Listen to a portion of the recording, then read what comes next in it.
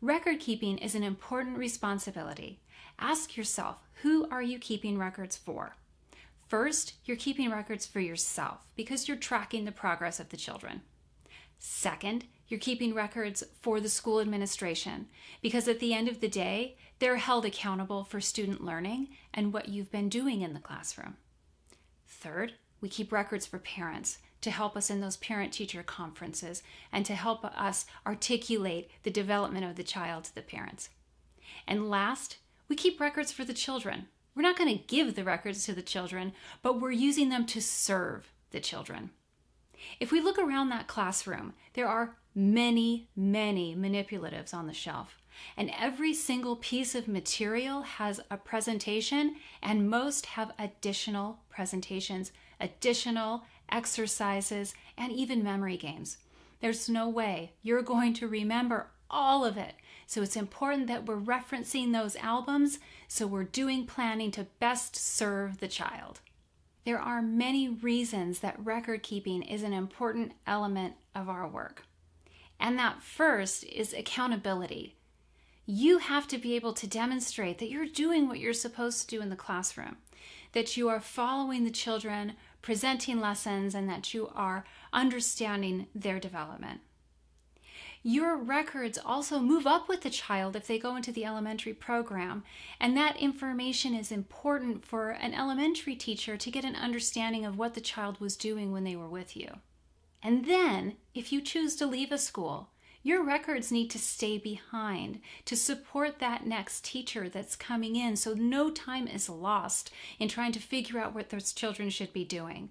You have complete records waiting there for them. Your records help you with planning. You know what the children are doing, but it's planning for what comes next. You're using your albums and you're looking through those additional presentations and extensions and you're intentionally planning for them. You are maximizing what you're offering to the child. Assessment. Your records help you to produce progress reports. Now, progress reports can be provided by the school. They may have their own template. You may have to develop your own. But about progress reports, many focus on the work that the children have done. First, parents don't really know the names of the materials, and that's not helping them understand what a child is doing. So perhaps you could include the concepts or the purposes of those materials to better help a parent understand. Progress reports often don't include other elements of our holistic method of education, like social emotional development and growth, movement, and independence. If you can offer an observation to go along with the parent-teacher conference with the progress report, that can help give the parents a larger view of what their child is doing and how your classroom looks in action. Our record keeping allows us to start honing our observation skills because as we're watching what the children are doing with the materials, we are looking for indicators of success, of challenge. Is this child too challenged? Are they frustrating? Are they happy to be working with this? Are they repeating this?